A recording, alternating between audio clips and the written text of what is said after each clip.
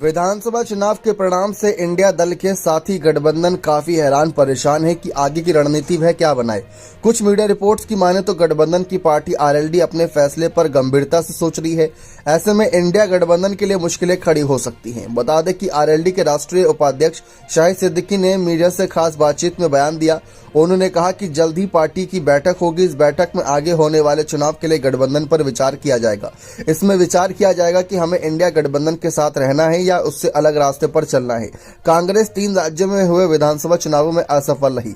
इस बातचीत के दौरान आरएलडी के राष्ट्रीय उपाध्यक्ष ने कहा कि हम सब आगे का कोई फैसला लेने से पहले कई पहलुओं पर चर्चा करेंगे। वहीं मीडिया सूत्रों की माने तो अगर इंडिया गठबंधन की बैठक 6 दिसंबर को हुई होती तो अखिलेश यादव की तरह जयंत चौधरी बैठक में शामिल न होते। दरअसल हाल ही में हुए राजस्थान विधानसभा चुनाव में आरएलडी के सहयोगी दल के रूप में थी, लेकिन इस गठबंधन में कांग्रेस ने आरएलडी को केवल एक ही सीट दी थी, भरतपुर की। आरएलडी ने केवल भरतपुर की सीट से चुनाव लड़ा था और इस सीट पर आरएलडी ने अशोक गहलोत सरकार में मंत्री रहे सुभाष गर्ग को अपना उम्मीदवार चुना था। हालांकि इस सीट पर सुभाष गर्ग ने जीत भी दर्ज की। सूत्रों के मुताबिक राजस्थान में हुए चुनाव में आरएलडी ने जाट बहुल क्षेत्र की 6 सीट कांग्रेस से गठबंधन के लिए मांगी थी। माना जा रहा है कि इस चुनाव के बाद किसी भी दल से गठबंधन पर विचार किया जाएगा ताकि पार्टी अपने पक्ष मजबूती के साथ रख सके। अब गौर करने वाली बात यह है कि कल को जयंत चौधरी की आरएलडी अगर अलग होने का फैसला करती है तो क्या वह एनडीए के साथ जाना पसंद करेगी? कतई नहीं, क्योंकि किसानों के जो एमएसपी जैसे बड़े मुद्दे हैं वो एनडीए के खिलाफ ही तो है, मोदी सरकार के खिलाफ ही तो है। तो उन मुद्दों पर ही वह चुनाव लड़ेगी और अगर उन मुद्दों पर चुनाव लड़ेगी और एनडीए में शामिल होकर चुनाव लड़ेगी तो किसानों का गुस्सा कहां उतरेगा?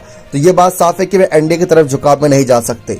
और दूसरी तरफ जैसा कि आप जानते हैं, पश्चिमी यूपी में अगर आरएलडी को सहारा लेना है किसी पार्टी का तो मायावती की बसपा पार्टी हो सकती है। अखिलेश का साथ तो मिलेगा ही मिलेगा, लेकिन बसपा का साथ अगर लेना चाहेंगे तो वहां पर से उनसे समर्थन मांगने की एक उम्मीद लगाई जा सकती है, क्योंकि कई सीटों पर उनके दलित और मुस्लिम वोटर्स बड़ा खेल करते हैं। तो ऐसे में जाट, किसान और तमाम वोटर साथ मिल जाएंगे तो आरएलडी खाते में 2 से 3 सीटें इस बार आ सकती है। जो पिछली बार नहीं आई थी 3 सीटों पर लड़े थे चुनाव, लेकिन एक भी नहीं जीत पाए थे। लेकिन इस बार उम्मीद जगाई जा सकती है, क्योंकि इस बार काफी कुछ मुद्दे हैं जो जिन मुद्दों पर आगे बढ़ चढ़कर चुनाव लड़ सकते हैं।